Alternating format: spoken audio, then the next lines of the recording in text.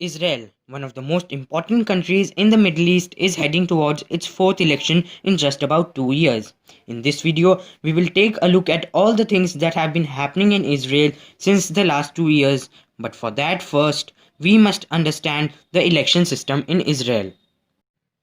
The parliament of Israel is called Knesset, which has 120 seats. The Knesset determines that only a party or a number of parties which have decided to run in the elections together can present a list of candidates and participate in the elections. In order to win seats, a party must get at least 3.25% of the national vote, equivalent to 4 seats. Lists that pass the qualifying electoral threshold receive a number of Knesset seats which is proportional to their electoral strength. This is done by the division of valid votes given to the lists which passed the qualifying threshold by 120 in order to determine how many votes entitle a list to a single seat. No one party has ever won an outright majority of the 120 seats in Knesset in 71 years of nationhood.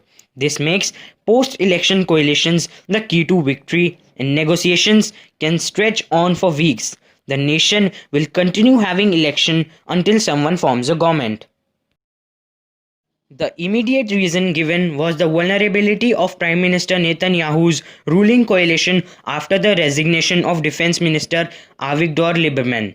Lieberman quit, accusing the Prime Minister of being too soft on Palestinian militants in Gaza.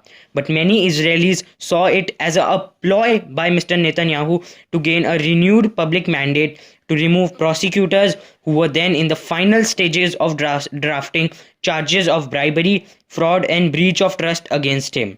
Their theory said that after he was re-elected, Mr. Netanyahu could say an indictment was not in the national interest. He denied wrongdoing and accused his enemies of a witch hunt. The thing that went wrong in this plan of the Prime Minister was that he failed to form a government, and after that, rather than joining hands with his main rival, former Armed Forces Chief Benny Gantz, to form a government, he triggered another election. Once again, Mr. Netanyahu fell short. His party Likud and Mr. Gantz's centrist Blue and White Party ended in a virtual tie. That left Lieberman a kingmaker, but Lieberman cited policy differences with both men to avoid anointing either. After months of horse trading in which Mr. Netanyahu and Mr. Gantz both failed to win enough support, another election was called.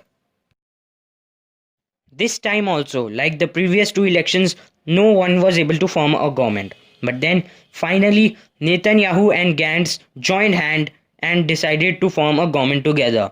On 20 April, they signed the original coalition proposal which said that Netanyahu will become the prime minister for 18 months.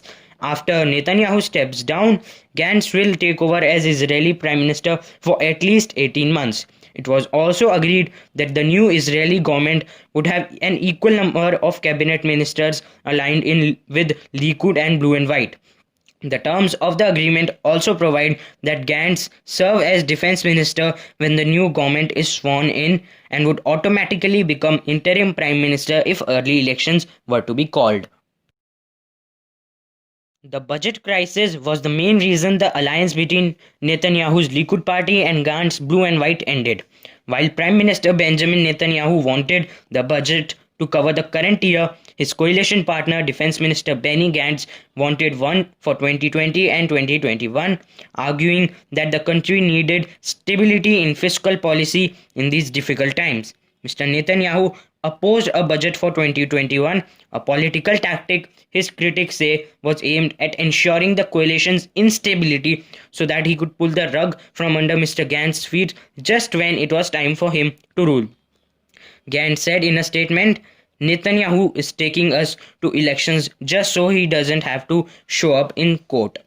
The Prime Minister's trial on bribery and fraud charges is set to kick into high gear in February 2021. Now, Elections will happen once again in March 2021, where both the leaders will go badly weakened. It will be interesting to see whether Israel will get political stability after this election or not.